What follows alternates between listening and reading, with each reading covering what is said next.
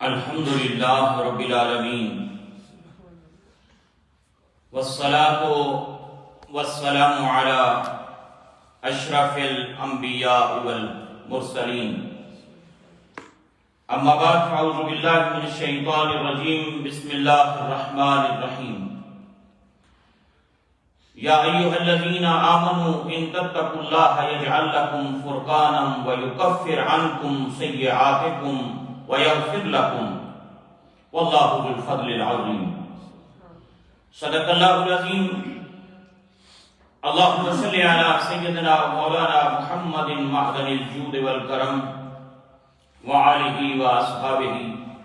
وابنہ الکریم وبارک وسلم الصلاة والسلام علیکہ یا سیدی یا رسول اللہ وعلی آلکہ واصحابہ یا سیدی یا حبیب اللہ۔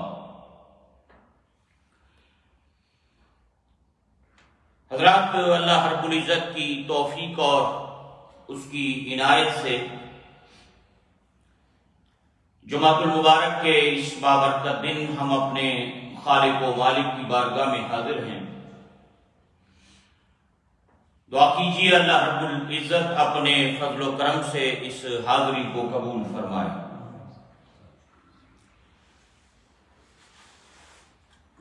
گزشتہ جمعۃ المبارک میں ہم گفتگو کر رہے تھے حضور غوث اعظم شہنشاہ بغداد سیدنا شیخ عبد القادر جیلانی رضی اللہ تعالیٰ عنہ کی تعلیمات کے حوالے سے۔ انشاءاللہ اس گفتگو کا تسلسل جاری رہے گا۔ میں آج جمعۃ المبارک کے اجتماع میں کچھ باتیں جو آپ حضرات کے گوش گزار کرنا چاہتا ہوں وہ دین اسلام کے حوالے سے ہیں کہ اللہ نے جو دین ہمیں عطا کیا ہے اور جو رسول کائنات صلی اللہ علیہ وسلم کی شریعت اللہ نے عطا کی ہے، جو یہ خوبصورت مذہب اللہ نے ہمیں عطا کیا ہے، وہ کتنا امن، سکون اور پیس والا دین ہے۔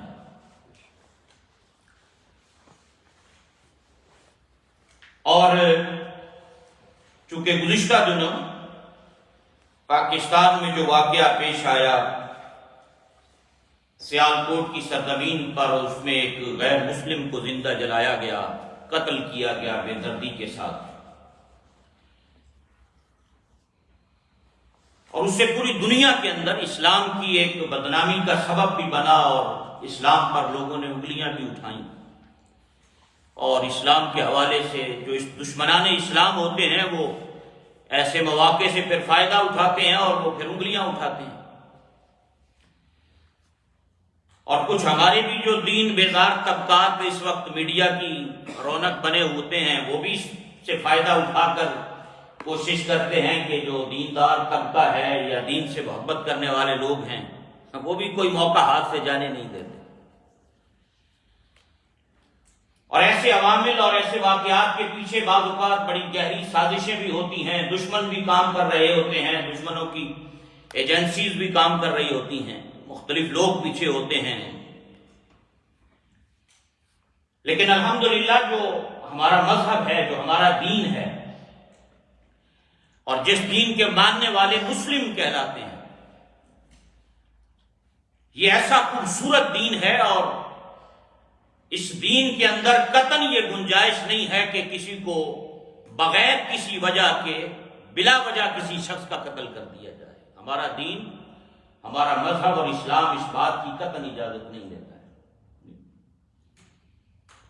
اور مسلم، یہ بیسیکلی اگر آپ اس پر غور فرمائیں، یہ جو اسلام کے ماننے والوں کے لیے ہم یہ لفظ عربی زبان کے اندر مسلم اس اونٹ کو کہتے ہیں جس کی ناک میں نکیل پڑی ہو اور اس کا سرا رسی کا کسی دوسرے کے ہاتھ میں ہو۔ وہ اپنی مرضی سے اونٹ جس کی ناک میں نکیل پڑی ہو اور اس کی رسی مہار اس کی مالک کے ہاتھ میں ہو، وہ اسی کی مرضی کا اور اسی کے تابع اور اسی کا پابند ہوتا ہے۔ وہ بٹھاتا ہے وہ بیٹھ جاتا ہے، وہ کھڑا کرتا ہے، وہ کھڑا ہو جاتا ہے۔ تو حضرات جو اہل اسلام ہیں، جو مسلمان ہیں، وہ بھی اللہ اور اس کے رسول صلی اللہ علیہ وسلم کی تعلیمات کے تابع ہیں۔ جو احکام، جو تعلیم، جو زندگی گزارنے کے رہنما اصول اللہ اور اس کے رسول نے عطا کی، اس کے پابند ہیں۔ ان کی اپنی مرضی نہیں ہے، مسلمان کی اپنی کوئی مرضی نہیں، وہ اللہ اور اس کے رسول صلی اللہ علیہ وسلم کی مرضی کا پابند ہے۔ اور حضور کریم صلی اللہ علیہ وسلم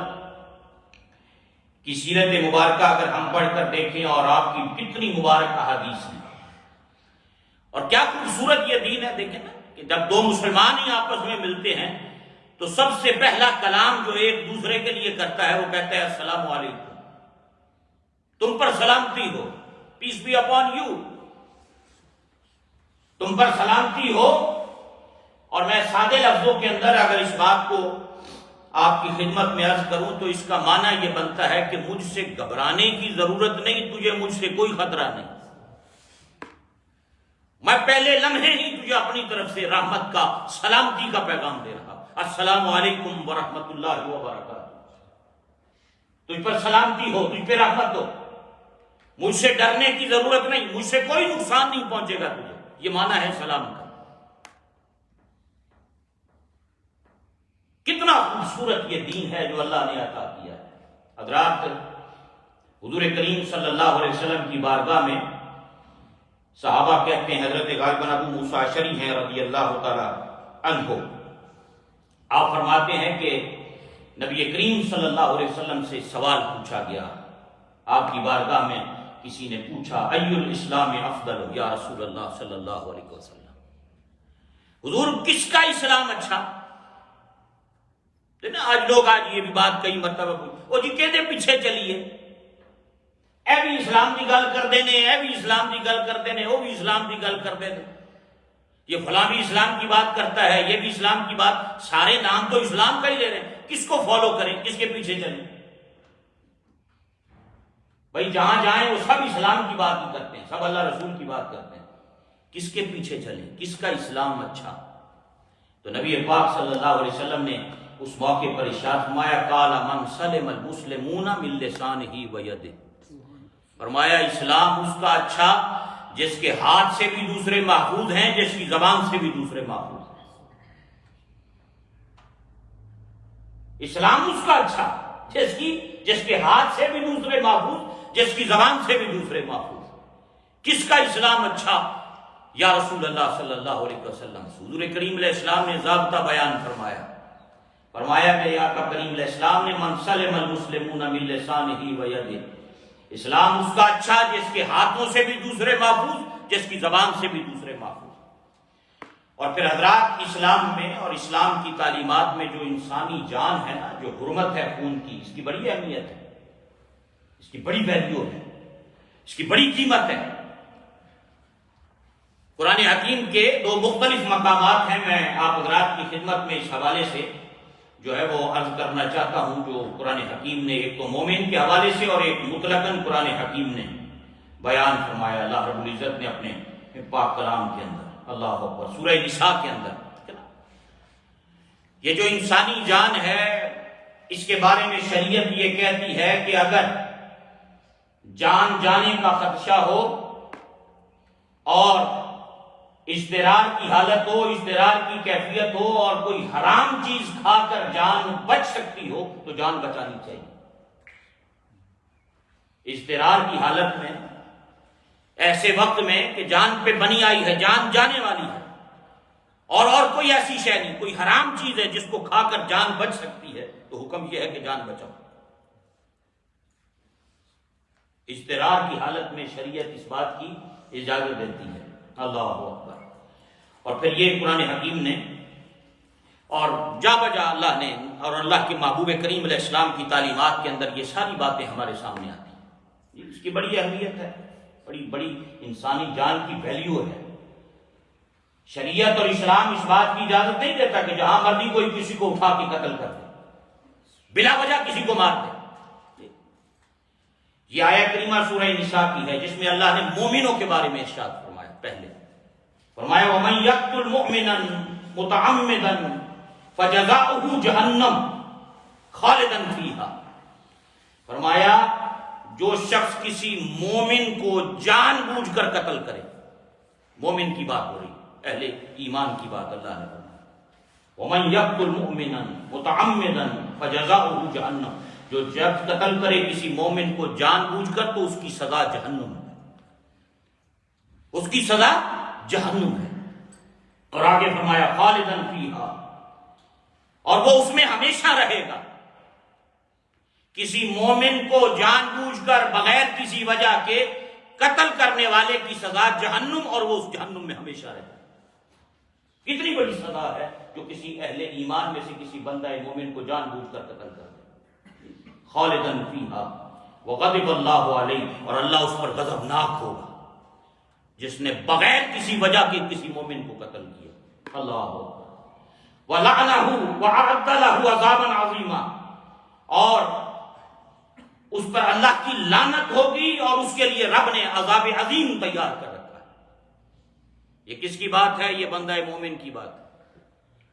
جو ایک انسان ہے، مومن ہے، اہل ایمان ہے۔ اور ایک حدیث پاک یہ ابن ماجہ کتاب الفتن میں ہے، حضرت عبداللہ ابن عمر اس کے راوی ہیں، جو مومن کے خون کی حرمت ہے اس کے بارے میں سرور عالم صلی اللہ علیہ وسلم نے ارشاد فرمایا۔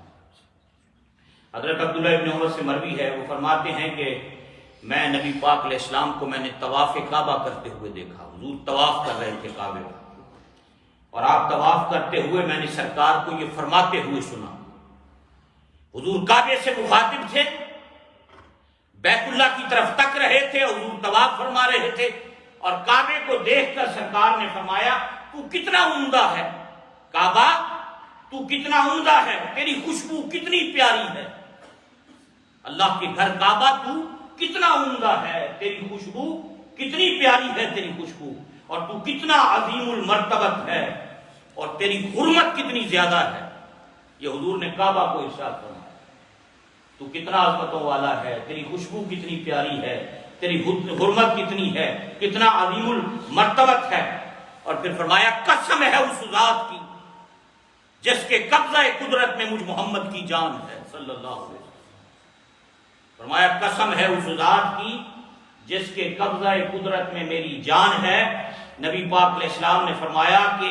ایک بندہ مومن کے جان اور مال کی حرمت خدا کے ہاں کعبہ تجھ سے بھی زیادہ ہے۔ ایک بندہ مومن کی مال اور جان کی جو حرمت ہے، کعبہ وہ تجھ سے بھی زیادہ خدا کی بارگاہ میں ہے۔ یہ حضور کعبے سے خطاب فرما رہے ہیں۔ عبداللہ ابن عمر رضی اللہ تعالیٰ نے فرماتے ہیں، فرمایا قسم ہے اس ذات کی جس کے قبضہ قدرت میں میری جان ہے، مومن کے جان و مال کی حرمت اللہ کے نزدیک تیری حرمت سے زیادہ ہے۔ اور پھر آگے فرمایا کہ مومن کے بارے میں نیک گمان ہی رکھنا چاہیے۔ یہ تو بندہ مومن کی بات تھی۔ اور دوسری جگہ اللہ رب العزت نے مطلقاً قرآن حکیم کے اندر ارشاد فرمایا اللہ کریم نے، یہ سورہ مائدہ کی آیہ مبارکہ ہے، من قتل نفسا بغیر نفس او فساد فی الارض۔ اس میں مومن یا کافر کسی کی تخصیص نہیں، مطلقاً فرمایا اللہ رب العزت نے، مطلقاً ارشاد فرمایا، فرمایا جس نے کسی شخص کو بغیر قصاص کے یا زمین میں فساد پھیلانے کے لیے قتل کر دیا، جس نے کسی شخص کو بغیر قصاص یا او فساد فی الارض یا زمین میں فساد پھیلانے کے لیے قتل کر دیا، فکأنما قتل الناس جميعا، گویا اس نے ساری انسانیت کو قتل کر دیا۔ مطلقاً ارشاد فرمایا اس میں اللہ نے اس آیہ کریمہ کے اندر کہ جس نے فساد پھیلانے کے لیے بغیر کسی وجہ قصاص کے کسی کو ناحق قتل کر دیا، گویا اس نے ساری انسانیت کو قتل کر دیا۔ حضرات یہ ہے رسول اللہ کی شریعت، یہ ہے حضور کا دین، اور یہ قرآن کی تعلیمات، یہ وہ اللہ کا کلام جو سینہ مصطفیٰ پہ نازل ہوا ہے۔ یعنی اسلام کتنا خوبصورت امن اور پھر میں نے کتنی روایتیں آپ کی خدمت میں عرض کی۔ انسانی جان تو بڑی دور کی بات ہے، نبی پاک علیہ السلام نے تو چونٹیوں کے ساتھ بھی حسن سلوک کا حکم دیا، حیوانوں کے ساتھ حسن سلوک کا حکم دیا، بے زبان جانوروں کے ساتھ رسول اللہ صلی اللہ علیہ وسلم نے حسن سلوک کا حکم دیا۔ سنن ابو داؤد کے اندر ہے، آپ نے ایک مرتبہ چیونٹیوں کا، کیڑیوں کا بل دیکھا، چیونٹیاں چھوٹیاں چھوٹیاں، اس کا بل دیکھا، اس کا سوراخ دیکھا نبی پاک نے، کسی نے جلا دیا تھا اس کو، چیونٹیوں کے سوراخ کو جلایا، چیونٹیاں جلی، جل کے مری چیونٹیاں چھوٹی چھوٹی، اللہ۔ اور نبی پاک علیہ السلام نے پوچھا کس نے جلایا، کس نے یہ آگ لگائی ان چیونٹیوں کے بل کو؟ اور میرے آقا کریم صلی اللہ علیہ وسلم نے ارشاد فرمایا یہ جو آگ کی سزا دینا ہے یہ صرف آگ کا جو پیدا کرنے والا اور خالق اور مالک ہے، اس کے سوا کسی کو یہ حق حاصل نہیں کہ وہ کسی کو آگ کا عذاب دے۔ ہم جس نبی کے ماننے والے ہیں وہ تو چیونٹیوں کو بھی جلانے سے منع کرتا ہے، چاہے جائے کہ ایک زندہ انسان کو جلا دیا جائے، کسی کی لاش کی بے حرمتی کی جائے، یہ اسلام کی تعلیمات نہیں ہے۔ اور یہ ایک سازش بھی ہو سکتی ہے، حکومت پاکستان اس وقت وہ سیالکوٹ والے واقعے کی تحقیق کر رہی ہے، کرنی چاہیے، جو حقائق ہیں وہ لوگوں کے سامنے آنے چاہیے، اور اگر مذہب کا نام کسی نے استعمال کیا ہے تو انہیں کڑی سزا ملنی چاہیے۔ اور مجھے آج سے ہم نے کئی سال پہلے یہاں ایک واقعہ برطانیہ میں ہوا تھا، اس وقت یہ برطانیہ کے ہمارے جو علماء تھے انہوں نے یہ فتویٰ اور یہ تحریر جاری کی تھی، میں وہ بھی آپ کو تھوڑی سی سنانا چاہتا ہوں اس موقع پر، کہ اسلام جو ہے یہ امن و سلامتی، تحمل و برداشت اور عفو و درگزر اور احترام و محبت اور اعتدال کا دین ہے۔ اس میں قتل و غارت، فتنہ و فساد، انتہا پسندی اور دہشت گردی کی قطعاً گنجائش نہیں، قطعاً اس کی گنجائش نہیں ہے اسلام کے اندر۔ اور یہ قرآن حکیم نے اس کا ذکر بھی کیا، یہ جو آیہ کریمہ بھی میں نے پڑھی آپ حضرات کے سامنے کہ جس نے ناحق کسی ایک شخص کو قتل کیا گویا اس نے ساری انسانیت کو قتل کر دیا، اللہ اکبر۔ اور پھر اسی طرح یہ آگے اس میں ایک حدیث پاک لے کر آئے نبی پاک صلی اللہ علیہ وسلم کی، کتاب البر صحیح مسلم کی حدیث پاک ہے، حضور کریم صلی اللہ علیہ وسلم نے ارشاد فرمایا اللہ تعالیٰ ان لوگوں کو عذاب دے گا جو دنیا میں لوگوں کو اذیت دیتے ہیں، جو دنیا میں لوگوں کو تکلیف دیتے ہیں رب انہیں عذاب دے گا، اللہ اکبر۔ اور پھر یہ آگے ایک اہم بات جو اس کے اندر جو لائی گئی اس موقع پر کہ اسلام نے مختلف جرائم کے لیے مختلف سزائیں رکھی ہیں، اسلام کی جو اگر کوئی جرم کرتا ہے تو اس کی مختلف سزائیں اسلام نے رکھی ہیں، لیکن ان سزاؤں کو نافذ صرف حاکم وقت کر سکتا ہے، مجھے اور آپ کو اجازت نہیں۔ اگر اسلام نے کسی جرم کی سزا رکھی ہے تو وہ ذمہ داری حاکم وقت کی ہے، مجھے اور آپ کو شریعت نے اختیار نہیں دیا کہ ہم جب چاہیں گلی کے اندر کھڑے ہو کر کسی کو سزا دے دیں، ہم جب چاہیں کسی کو سزا دیں، ہم کسی کو مارنا شروع کر دیں، ہم کسی کو قتل، ہمیں شریعت اس بات کی اجازت نہیں دیتی ہے کہ ہم قانون کو اپنے ہاتھ میں لیں، ہمیں شریعت اس بات کی قطعاً اجازت نہیں دیتی ہے، اللہ اکبر۔ اور پھر یہ آگے علامہ زہیری اور ان کے حوالے سے ایک حوالہ یہ لے کر آئے، پھر علامہ شامی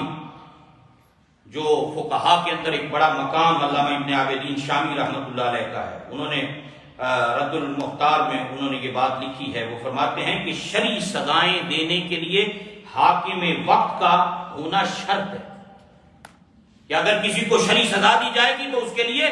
کنڈیشن یہ ہے کہ حاکم وقت ہو، حاکم وقت سزا دے سکتا ہے، پبلک میں سے کوئی شخص کھڑے ہو کر کسی کو سزا دینے کا اختیار نہیں رکھتا۔ اور پھر آگے جتنے یہ حوالے ہیں پر ہمارے عالم اسلام کے عظیم فقیہ امام اہل سنت اعلیٰ حضرت شاہ احمد رضا خان قادری رحمۃ اللہ علیہ، انہوں نے فتاوی رضویہ کے اندر یہ بات لکھی 13ویں جلد کے اندر، فرمایا کہ غیر مسلم ملک میں حد شرع جاری نہیں ہے، جاری نہیں ہے، اللہ اکبر۔ اور پھر آگے آپ نے حاشیہ حسام الحرمین کے اندر اس کی مزید صراحت بیان کی، فرمایا کہ جان لو دنیا میں سزا کے طور پہ قتل کرنا یہ عوام کا نہیں حکام کا اختیار ہے، کسی بندے کا اختیار نہیں کہ جڑا مرضی کھلوے تے گردن لا دے کسی دی، کسی کو سزا دے دے، بھائی یہ حاکم کا اختیار ہے، حکومت کا اختیار ہے، عدلیہ کا اختیار ہے، اللہ اکبر۔ اور پھر آگے فرماتے ہیں یہ حکام کا خواہ وہ اسلامی ملک ہو یا غیر اسلامی ملک ہو، یہ اعلیٰ حضرت رحمۃ اللہ علیہ امام اہل سنت نے یہ چیزیں لکھی ہیں، اور یہ اور بھی بہت سے حوالے جو اس کے اندر جو ہیں وہ بیان کیے گئے، اور فتاوی رضویہ کے اندر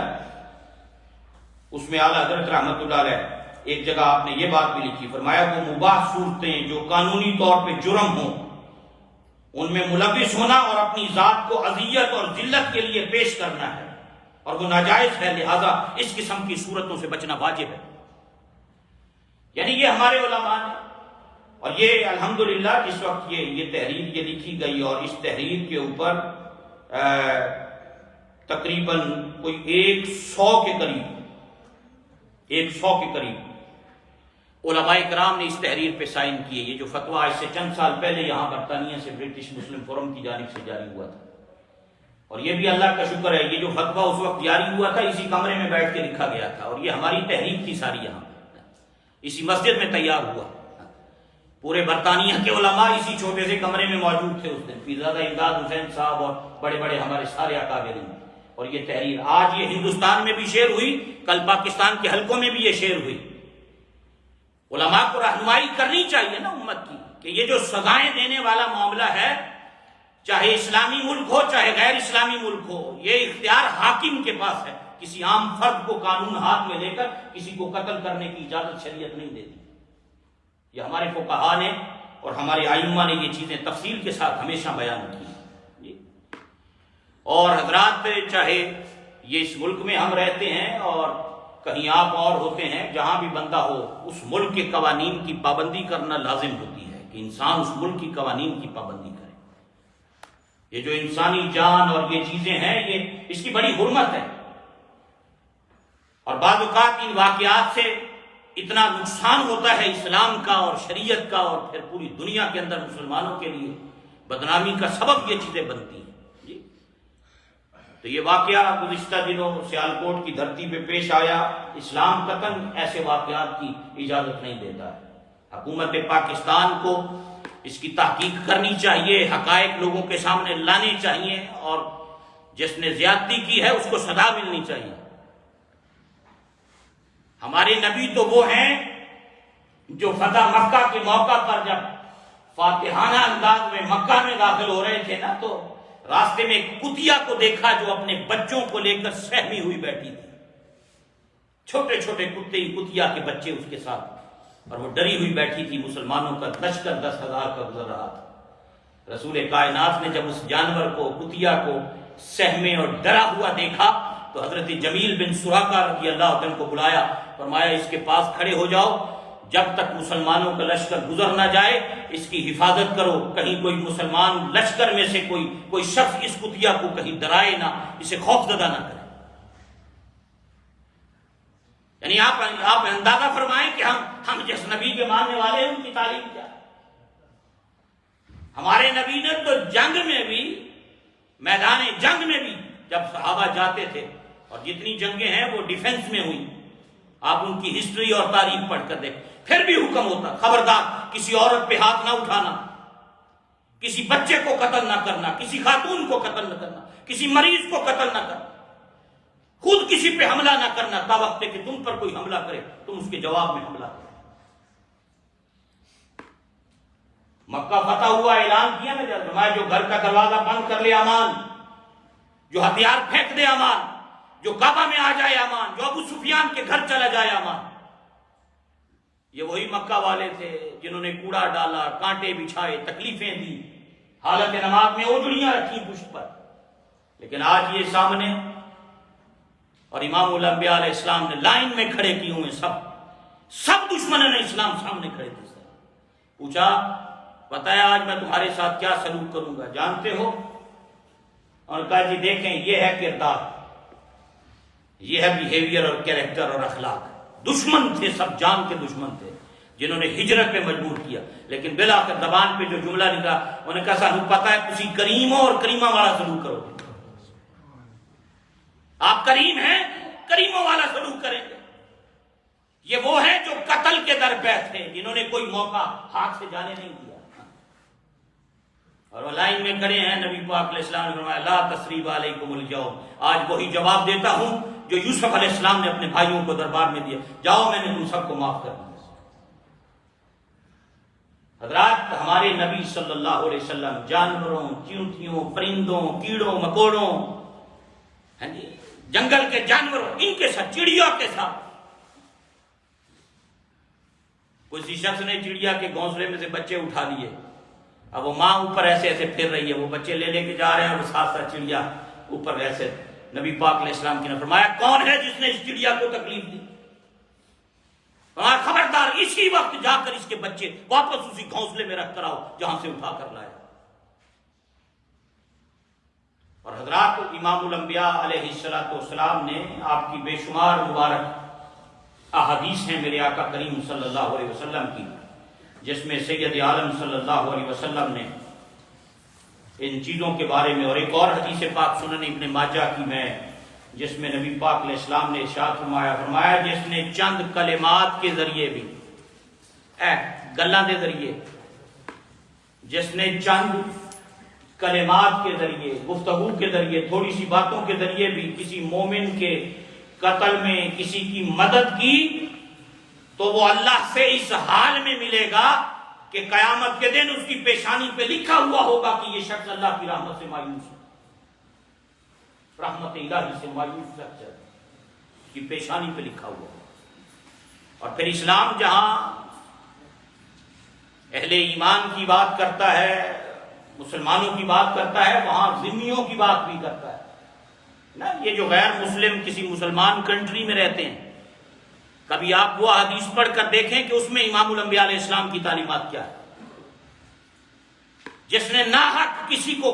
تنگ کیا، تکلیف دی، قتل کیا، ذمی کو،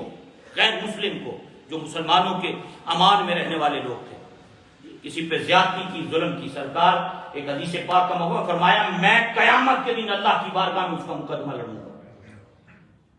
میں رب کی بارگاہ میں اس کا مقدمہ لڑوں گا کہ اس پر ظلم کیوں ہوا اسلامی دنیا کے اندر، اسلامی سلطنت کے اندر۔ اسلام امن، سکون، محبت، پیار والا دین ہے۔ اور جو میری بات تھی زیادہ وہ میں آپ کی خدمت میں جو میں نے عرض کی وہ یہ ہے کہ اسلام اس بات کی اجازت نہیں دیکھتا، اسلام نے مختلف جرائم کے لیے جو سزائیں رکھی ہیں ان سزاؤں کو نافذ کرنا یہ حاکم وقت کی ذمہ داری ہے، عوام کی ذمہ داری نہیں۔ یہ جو فتویٰ علماء نے یہاں پر لکھا تھا، اسی کمرے میں بیٹھ کے لکھا، حاکم وقت کیا ہونا شرط ہے، کسی کو یہ حق حاصل نہیں کہ وہ خود سزا دینے کے لیے کھڑا ہو جائے، کیونکہ پچھلے دور کے اندر یہ ساری چیزیں ہم نے خوارج میں دیکھی۔ یہ جو ایک آئسس اور داعش اور خوارج کی ایک ٹیم دنیا کے سامنے نکلی تھی، اب یکدم غائب ہو گئی ہے۔ جنہوں نے انسانوں کو زندہ جلایا، بچوں کو مارا، بم دھماکے کیے، یہ پاکستانی طالبان کی صورت میں، اور یہ مختلف صورتیں، پشاور کا سکول کا واقعہ، اور یہ کتنے واقعات، ہزاروں لاکھوں ہماری آرمی پر اٹیک اور ہماری افواج پر اور فوج اور پولیس پر جو حملے ہوئے تھے، یہ وہ خوارج والی سوچ ہے۔ یہ دور حاضر کے خوارج ہیں جن کے بارے میں رسول اللہ صلی اللہ علیہ وسلم نے 1400 سال پہلے اپنی امت کو نشاندہی فرمائی تھی۔ وہی فکر، اپنے ہاتھ میں قانون لے کر اور سزائیں دینا، اور یہ سارا یہ ان لوگوں نے شروع کیا، انسانوں کو زندہ جلایا۔ انسانی جان کی بڑی حرمت ہے حضرات۔ اسلام کا جو پیغام ہے امن کا، سکون کا، سلامتی کا، رحمت کا، وہ لوگوں کے سامنے ہونا چاہیے، اور کسی کو آپ کہیں بھی جہاں بھی آپ رہتے ہوں قانون کو کبھی ہاتھ میں نہیں لینا چاہیے۔ قانون کی پاسداری اور پابندی اس ملک کی جو ہو اس کو کرنی چاہیے۔ اللہ تعالیٰ اپنے محبوب کریم علیہ السلام کا صدقہ ہمیں اسلام کی جو صحیح تعلیمات ہیں ان کو یاد رکھنے کی اور ان کے مطابق عمل پیرا ہونے کی، اور اللہ ہم سب کو توفیق عطا فرمائے۔ کیونکہ بعض اوقات حضرات چھوٹی سی بات ہوتی ہے، وہ اسلام کی بدنامی کا سبب، کیونکہ دشمنان اسلام جو ہے نا وہ تو موقع کی تلاش میں رہتے ہیں، چھوٹی سی بات مل جائے اسے اتنا بڑا چڑھا کے پیش کرتے ہیں کہ جس سے اسلام کی بدنامی کا سبب بنے۔ اور بعد ہمارے جو پاکستانی میڈیا پر لوگ بیٹھے ہوتے ہیں وہ ویسے ہی کئی بے دین قسم کے دین بیزار لوگ ہیں، ان کا بھی کام یہی ہے، آؤ دیکھا نہ تاؤ دیکھتے ہیں، وہ فوراً مذہبی طبقے پہ ٹھونک دیتے ہیں کہ یہ شاید کامیاب، اب وہ فیکٹری کے ورکر تھے، فیکٹری میں کام کرنے والے لوگ ہیں، وہ کو مدرسے میں پڑھنے والے طالب علم تو نہیں تھے نا. لیکن اگر زیادتی ہوئی ہے تو انصاف ہونا چاہیے، حقائق لوگوں کے سامنے آنے چاہیے. اسلام خوبصورت دین ہے، امن والا دین ہے، یہ کسی کو ناحق قتل کرنے کی اجازت نہیں دیتا. اللہ ہمیں دین اسلام کی صحیح جو تعلیمات ہیں اللہ ان پر عمل پیرا ہونے کی ہمیں توفیق عطا فرمائے. وما علینا الا البلاغ المبین. حضرات، مختلف احباب نے دعاؤں کے لیے درخواست کی.